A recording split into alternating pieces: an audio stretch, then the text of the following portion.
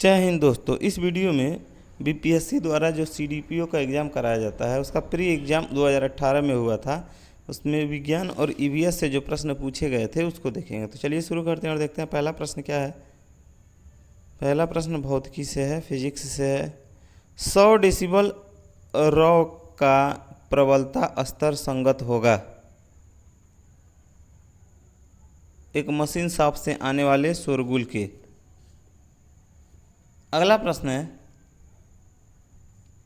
एक क्षैतिज वृत्त में स्थिर चाल से घूम रहे पिंड के लिए निम्नलिखित में से कौन सा स्थिर रहेगा? उपयुक्त में से कोई नहीं। अगला प्रश्न है, ऑडियोमीटर क्या नापता है? ध्वनि की तीव्रता। अगला क्वेश्चन है, यदि बल को न्यूटन और दूरी को मीटर में प्रदर्शित किया जाए तो किए गए कार्य को प्रदर्शित किया जाएगा जूल में। अगला प्रश्न है, निकट दृष्टि दोष किसके प्रयोग से उपचारित किया जा सकता है? अवतल लेंस के प्रयोग से। अगला प्रश्न है, प्रकाश वर्ष का संबंध है दूरी से। अगला प्रश्न है, वह उपकरण जो ईंधन की रासायनिक ऊर्जा को सीधे विद्युत ऊर्जा में बदलता है? 2 और 3 दोनों, सांद्रता सेल और ईंधन सेल। अगला प्रश्न है, रसायन विज्ञान से है। कुकिंग ताप पर स्थिर रहने वाला क्लोरीन युक्त कृत्रिम स्वीटनर जिसका रूप तथा स्वाद शक्कर की तरह होता है निम्नलिखित में से कौन सा है? सुक्रालोज। अगला प्रश्न है,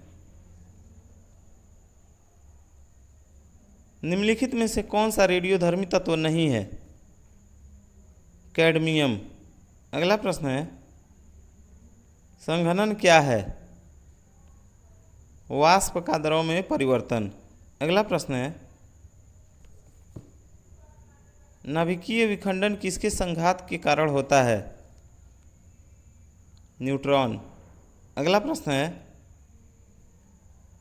पीतल एक मिश्र धातु है जस्ता तथा तांबा का। अगला प्रश्न है, लोहे का विशुद्धतम रूप है? पिटवा लोहा। अगला प्रश्न है, उस वैज्ञानिक का नाम बताएं जिसने कहा था कि पदार्थ को ऊर्जा में बदला जा सकता है? आइंस्टीन।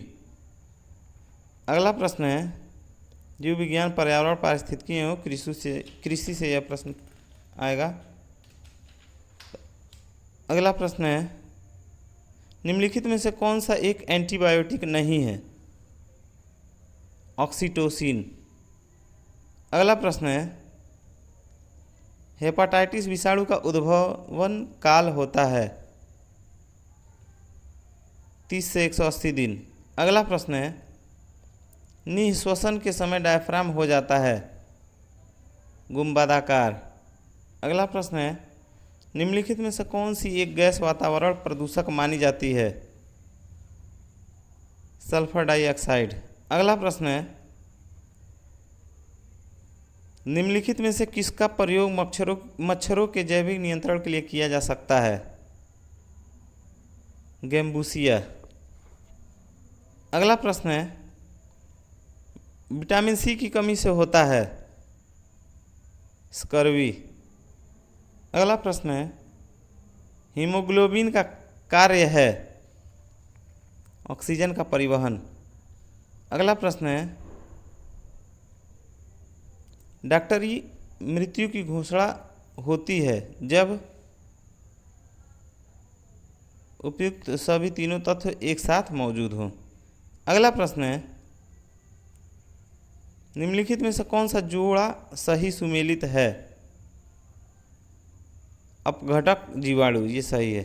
अगला प्रश्न है, जो अंतिम प्रश्न भी है, मानव शरीर में निम्नलिखित में से कौन सी ग्रंथि जोड़े में मौजूद रहती है? अधिवृक्क। इसी के साथ यह वीडियो समाप्त होता है।